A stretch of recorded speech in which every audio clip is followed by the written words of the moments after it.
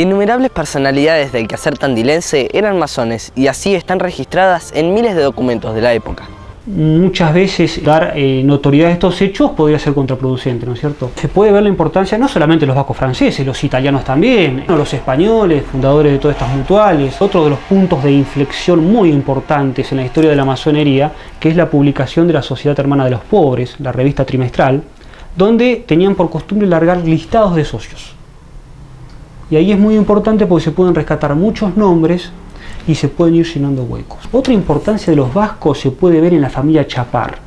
Muchas veces se atribuye el asesinato y la masacre en Tandil de los pobladores extranjeros al fanatismo de Tatadios, etc., ¿no? Pero un detalle importante. La familia más perjudicada fue la familia Chapar, de la cual de las 36 víctimas matan entre 18 miembros entre el matrimonio, los hijos, etc., ¿no? Los vascos carreteros que asesinan al borde del camino, que suman otra decena más. Varios años después de esta matanza va a aparecer un Chapar y su esposa en las listas de la Sociedad Hermana de los Pobres, órgano que dependía directamente de la Logia Luz del Sur, que estaba formada por esposas, hijas de masones que cumplían una función social, también de instrumento político obviamente, ¿no? y de poder.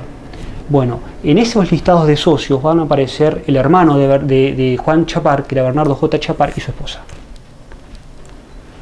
Un detalle como para tener en cuenta, porque no nos olvidemos que los gauchos asesinos de 1872 asesinaban al grito de viva la religión y viva la patria, mueran los gringos y los masones. El principal blanco fue Chapar. Quizás hayan sido sus libros de pulpero, donde tenían datos muy importantes. Quizás ya los vascos franceses estaban muy compenetrados de masonería. Y otro caso fundamental e importante también, Alcibiades Lapas cita no menos de 6 o 7 miembros de apellido Ders, de la familia Ders, que interactúan entre las dos logias.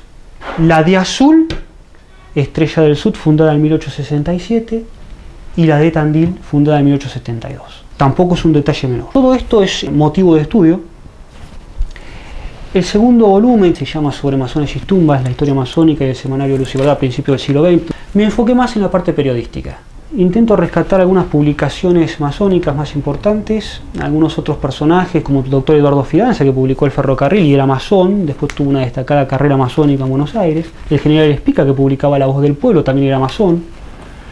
Llegamos a uno de los personajes más emblemáticos y más importantes de aquella época en Tandil, José Antonio Cabral, que aparte de ser un político destacadísimo, fundó 3 medios, Luz y Verdad, Democracia, Nueva Era en 1919. Él, siendo diputado nacional en 1941, elabora el proyecto de ley del Código del Niño, donde él legisla sobre el niño, ¿no?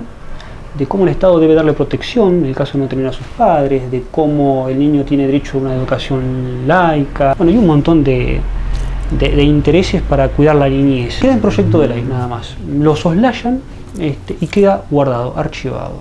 No nos olvidemos también que Cabral fue una personalidad muy discutida en su época, censura, cárcel, una personalidad muy fuerte, ¿no? Básicamente sí, lo que se rescata mucho en estos documentos y que queda como forma palpable a lo último, inclusive agrego algún documento, es la idea de la masonería como fuerza secularizadora, separar la iglesia del Estado, que la religión quede en el ámbito de lo privado y el Estado no deba sostener un dogma, digamos. Es una idea que priva en todos los órdenes, toda temática que se toque sobre la masonería, así en general, digamos, cuál era la función de la masonería o qué pretendía la masonería en Tandil. Simplemente formar al hombre, hacerlo útil a la sociedad, construir personas sanas y lo que se desprende de todo el accionar de la masonería, ¿no?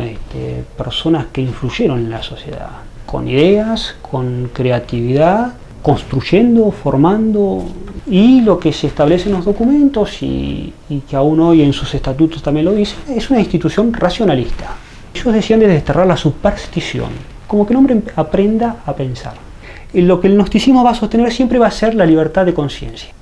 Con todo lo expuesto aquí, hemos querido evidenciar la existencia de actividades que influyen en las sociedades y en la actividad de cada uno de sus integrantes y que explican en parte la sociedad que nos toca vivir.